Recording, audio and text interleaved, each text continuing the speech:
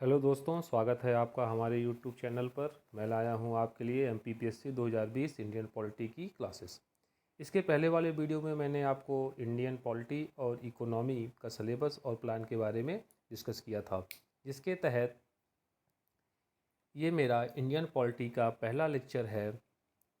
इसमें आज हम बात करेंगे भारतीय शासन अधिनियम 1919 और 1935 के बारे में। जैसा कि मैंने आपको पहले ही बताया था कि इस अधिनियम में हम अधिनियम और उनकी आवश्यकताएं, अधिनियम की विशेषताएं और उसका भारत में क्या प्रभाव पड़ा, इन मुद्दों पे बात करेंगे। भारतीय शासन अधिनियम 1919 और 1935 की आवश्यकता क्यों पड़ी हमको, ये अधिनियम बनाने के पीछे की भूमिका क्या थी या इसकी पृष्ठभूमि क्या थी, फिलहाल उस पर हम चर्चा करेंगे। एक बार हम चर्चा कर लेते हैं 1919 के पहले की घटना को। इसको विस्तार से हम इतिहास की क्लास में हम डिस्कस करेंगे। अभी फ़िलहाल 1919 के पहले की घटना को जान लेते हैं। तो जैसा कि आपको पता है 1498 ईस्वी में भारत में यूरोपीय कंपनियां व्यापार करने के लिए उनका आगमन हो चुका था। आने वाली यूरोपीय कंपनी में पहली कंपनी थी पुर्तगाल। पुर्तगाल के बाद आए डच, डच के बाद आए ब्रिटिश और ब्रिटिश के बाद आए फ्रांसीस। ये सभी यूरोपीय कंट्री थी, ये भारत में व्यापार करने के लिए आए थे। और इन कंपनियों में भारत में व्यापार करने के लिए आपस में प्रतिस्पर्धा शुरू हो गई। इस प्रतिस्पर्धा में जो ब्रिटिश ईस्ट इंडिया कंपनी थी, वो तीनों को परास्त कर, या फिर आप ये कह सकते हैं कि इन चारों कंपनियों में ब्रिटिश ईस्ट इंडिया कंपनी का वर्चस्व ज़्यादा था। अब उस समय की समस्या ये थी कि जो बंगाल राज्य था, British East India company Bengal पे कब्जा करना चाहती थी। क्यों? क्योंकि बंगाल जो है उस समय पर आर्थिक और राजनीतिक दोनों तरीके से सबसे मजबूत था। अगर आपको संपूर्ण भारत पे व्यापार करना है तो बिना बंगाल के आप भारत पे व्यापार नहीं कर सकते। तो इसी कड़ी में 1757 ईस्वी में प्लासी का युद्ध हुआ। ये युद्ध अंग्रेज़ों और सिराजुद्दौला के बीच हुआ। इसमें सिराजुद्दौला की हार हुई और इसके बाद अंग्रेज़ों ने क्या किया कि बंगाल में मीर जाफ़र को गद्दी पे बैठा दिया। मीर जाफ़र के बाद मीर कासिम बंगाल का नवाब बना और उसके अंग्रेज़ों के साथ कुछ मतभेद हो गए, जिसके कारण वो वहाँ से भागकर अवध पहुँच गया। अवध में पहले से ही अवध के नवाब शुजाउद्दौला और मुग़ल सम्राट शाह आलम थे। इन तीनों ने मिलकर 1764 में बक्सर का युद्ध लड़ा अंग्रेज़ों के खिलाफ और इस युद्ध में अंग्रेज़ों की दोबारा जीत हो गई। इस जीत ने पूरे भारत का लगभग आप ये कह सकते हैं कि इतिहास ही बदल दिया। क्यों? क्योंकि बंगाल पर अब ब्रिटिश ईस्ट इंडिया कंपनी का शिकंजा हो चुका था। मतलब बंगाल पे कब्जा होना मतलब संपूर्ण भारत पे शासन करना, ऐसा उस समय पर माना जाता।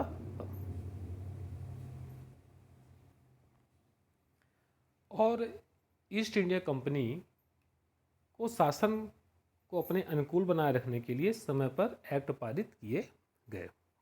तो 1773 में पहला आया आपका रेगुलेटिंग एक्ट, उसके बाद आया चार्टर्ड अधिनियम, फिर इसके बाद एक बहुत बड़ी घटना हुई 1857 की क्रांति। इस क्रांति में भले ही भारतीय वीरों की हार हुई हो, लेकिन उन्होंने ब्रिटिश ईस्ट इंडिया कंपनी के परखच्चे, या फिर कह सकते हैं कि आप, उन्होंने ब्रिटिश ईस्ट इंडिया कंपनी को एक प्रकार से डगमगा दिया था। और जब ब्रिटिश सरकार को ये लगा कि अब ईस्ट इंडिया कंपनी का भारत में व्यापार करना और शासन करना मुश्किल हो रहा है, तब उन्होंने क्या किया, एक अधिनियम बनाया और उस अधिनियम का नाम दिया 1858 का भारत शासन अधिनियम। इस अधिनियम के तहत एक पद बनाया गया, जिस पद का नाम दिया गया भारत का राज्य सचिव। ये जो भारत का राज्य सचिव है, इसका काम था भारत में शासन को संचालन करना, और ये इंग्लैंड में रहते हुए भारत में शासन संचालन कर रहा था। किसकी मदद से? वायसराय की मदद से। इसके बाद आया आपका भारत परिषद अधिनियम। और जैसा कि आपने देखा कि भारत शासन अधिनियम पहली बार कब आया था? 1858 में। और दूसरी बार कब आया? 1919 में, जिसका नाम दिया गया 1919 ईस्वी का भारत शासन अधिनियम। इसका नाम ही है भारत शासन अधिनियम, भारत पर शासन करने के लिए जो अधिनियम बनाए गए। ये आपके MPPSC 2020 के सिलेबस में है, जिसके बारे में आज हम डिस्कस कर रहे हैं। आगे हम देखते हैं भारत शासन अधिनियम 1919 के बारे में। जैसा कि मैंने आपको बताया था कि जो 1858 का भारत शासन अधिनियम था, उसके तहत एक नया पद बनाया गया था, भारत का राज्य सचिव, जो इंग्लैंड में रहता था। तो जो मॉन्टेग्यू साहब थे, ये भारत के उस समय पर राज्य सचिव थे, और चेम्सफोर्ड भारत के वायसराय थे। तो इन दोनों के नाम से ये बन गया मॉन्टेग्यू चेम्सफोर्ड सुधार। तो अगर आपसे एग्जाम में पूछा जाता है कि किस अधिनियम को मॉन्टेग्यू चेम्सफोर्ड सुधार कहा जाता है, तो आपका उत्तर रहेगा भारत शासन अधिनियम 1919। इसकी हम विशेषताएं देख लेते हैं और इसका क्या प्रभाव पड़ता है ये देख लेते हैं। तो केंद्र में द्विसदनात्मक विधायिका स्थापित की गई। एक बार हम इन विधायिका पर नज़र डाल लेते हैं। ये जो विधायिका थी हमारी राज्य परिषद थी और केंद्रीय विधानसभा थी। आगे चल के ही यही राज्यसभा और लोकसभा में परिवर्तन हो जाती है। तो राज्यसभा में सदस्यों की संख्या थी 60, निर्वाचित होते थे 40, उनका कार्यकाल था 5 वर्ष। केंद्रीय विधानसभा में 144 सदस्यों की संख्या थी, निर्वाचित हुए 104 और कार्यकाल इनका था 3 वर्ष। प्रांतों में द्वैत शासन प्रणाली का प्रवर्तन किया गया। द्वैत शासन के जनक थे लियोनस कल्टियस। प्रांतीय विषयों को 2 भागों में विभाजित किया गया, आरक्षित तथा हस्तांतरित। ये सबसे बड़ी समस्या थी उस समय पर। अंग्रेजों ने क्या किया कि कुछ ऐसे विषय थे जिनके अधिकार उन्होंने अपने पास रख लिए और बाकी अधिकारों को प्रांतों को दे दिया। तो उस समय पर जो आप कह सकते हैं कि मलाईदार विषय थे, तो वो सब किसके पास थे? अंग्रेजों के पास थे। रेवेन्यू था, है ना, और पुलिस अकेडमी था, भूमि था, छापाखाना था, समाचार पत्र थे, सिंचाई थे, जल मार्ग थे, कारखाने थे। ये सब अंग्रेजों ने अपने पास रख लिए, जैसा कि आप देख सकते हैं इस पे। और जिन विषयों से उनको कोई ज़्यादा लाभ नहीं हुआ करता था, उन विषयों को उन्होंने प्रांतों को क्या कर दिया? हस्तांतरित कर दिया। इसीलिए इसका नाम पड़ा हस्तांतरित विषय। तो इसमें थे शिक्षा, पुस्तकालय, संग्रहालय, चिकित्सा, सार्वजनिक निर्माण, आबकारी और धार्मिक। ये जो आरक्षित विषयों का प्रशासन जो है वो गवर्नर और उसकी कार्यकारी परिषद के माध्यम से किया जाता था, और हस्तांतरित विषयों का प्रशासन गवर्नर द्वारा विधान परिषद के प्रति उत्तरदायी मंत्रियों की सहायता से किया जाता था। और इस द्वैत शासन प्रणाली को 1935 के एक्ट के द्वारा समाप्त कर दिया गया।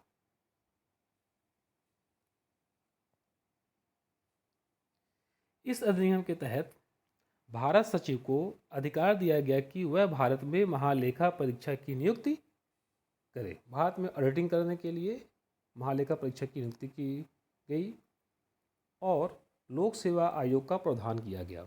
1923-24 में ली आयोग बनाया गया और उनकी सिफारिश से 1926 में लोक सेवा आयोग का गठन किया गया। वायसराय की कार्य परिषद में, इस परिषद में 6 सदस्य होते थे। तो इन 6 सदस्यों में कमांडर इन चीफ को छोड़कर बाकी सदस्यों में 3 भारतीयों का होना अनिवार्य कर दिया। केंद्रीय विधानसभा में वायसराय के अध्यादेश जारी करने की शक्तियां दे दी गई। ये जो वायसराय है आगे चल के राष्ट्रपति बन जाता है। मतलब वायसराय का जो पद है वो आगे चल के राष्ट्रपति के पद में परिवर्तित हो जाएगा। और इस अधिनियम की सबसे प्रमुख विशेषता ये थी कि इस अधिनियम के तहत भारत में पहली बार महिलाओं को वोट देने का अधिकार दे दिया गया। दोस्तों, please like, subscribe and share. अब हम आ जाते हैं भारतीय शासन अधिनियम 1935। तो आपने अभी देखा कि 1858 में भारतीय शासन अधिनियम आया था, 1919 में भारतीय शासन अधिनियम आया है, अब आया है 1935 में भारतीय शासन अधिनियम। इस अधिनियम के बारे में इसकी क्या विशेषताएं हैं, इसका क्या प्रभाव है, उसको हम देखते चलते हैं। तो इस अधिनियम में 321 अनुच्छेद और 10 अनुसूचियाँ थी। अखिल भारतीय संघ की स्थापना की गई। उस समय जो भारत हुआ करता था उसको आप ऐसे समझ सकते हैं कि जहाँ ब्रिटिश रूल करते थे उसको हम बोलते थे ब्रिटिश प्रांत। उनकी संख्या 11 थी और 6 कमिश्नरी क्षेत्र थे, और इसके अलावा जो था वो देसी रियासतें थी। तो देसी रियासतें में अंग्रेज़ों का डायरेक्ट रूल नहीं होता था। अगर वहाँ के राजा महाराजा लोग अंग्रेज़ों के नियमों को मान लेते थे तो अंग्रेज वहाँ शासन नहीं करते थे। तो वो थी देसी रियासतें। तो जब ये अखिल भारतीय संघ का विचार आया इनके मन में, तो इन्होंने जो ब्रिटिश प्रांत और कमिश्नरी क्षेत्र थे उनको अनिवार्य कर दिया कि आपको ब्रिटिश अखिल भारतीय संघ में शामिल होना है, लेकिन देसी रियासतों को इंडिपेंडेंट कर दिया। अगर उनकी इच्छा है तो वो अखिल भारतीय संघ में शामिल हो, अन्यथा उसमें शामिल ना हो। फिर है प्रांतीय स्वायत्तता। इन्होंने क्या कर दिया, प्रांत को स्वतंत्र कर दिया। कहने का तात्पर्य ये है कि पहले द्वैत शासन व्यवस्था लागू की गई, अब उसको समाप्त कर दिया गया और प्रांत को स्वतंत्रता दे दी गई। केंद्र में द्वैत शासन की स्थापना। इसमें हुआ ये कि 3 सूचियाँ बनाई गई। द्वैत शासन 3 सूचियाँ बनाई गई।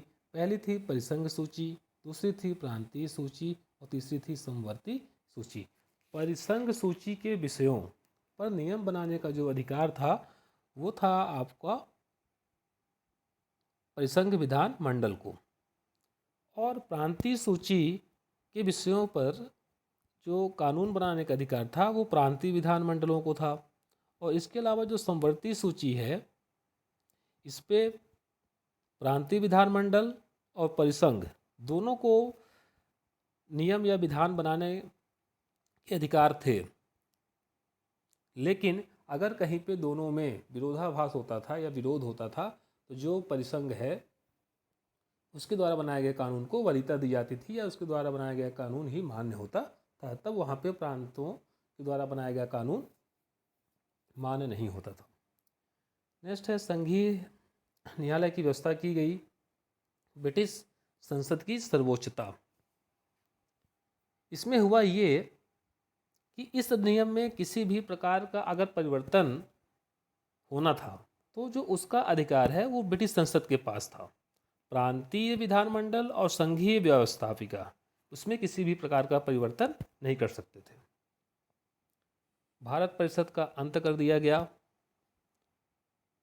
सांप्रदायिक निर्वाचन पद्धति का विस्तार हुआ। इस अधिनियम में प्रस्तावना का अभाव था, उद्देशिका का इसमें क्या था, अभाव था। और म्यांमार जिससे पहले बर्मा कहा जाता था उसको भारत से अलग कर दिया गया और भारत में भारतीय रिजर्व बैंक की स्थापना की गई। अब ये जो भारतीय शासन अधिनियम 1935 है ये संविधान निर्माण में महत्वपूर्ण भूमिका निभाता है।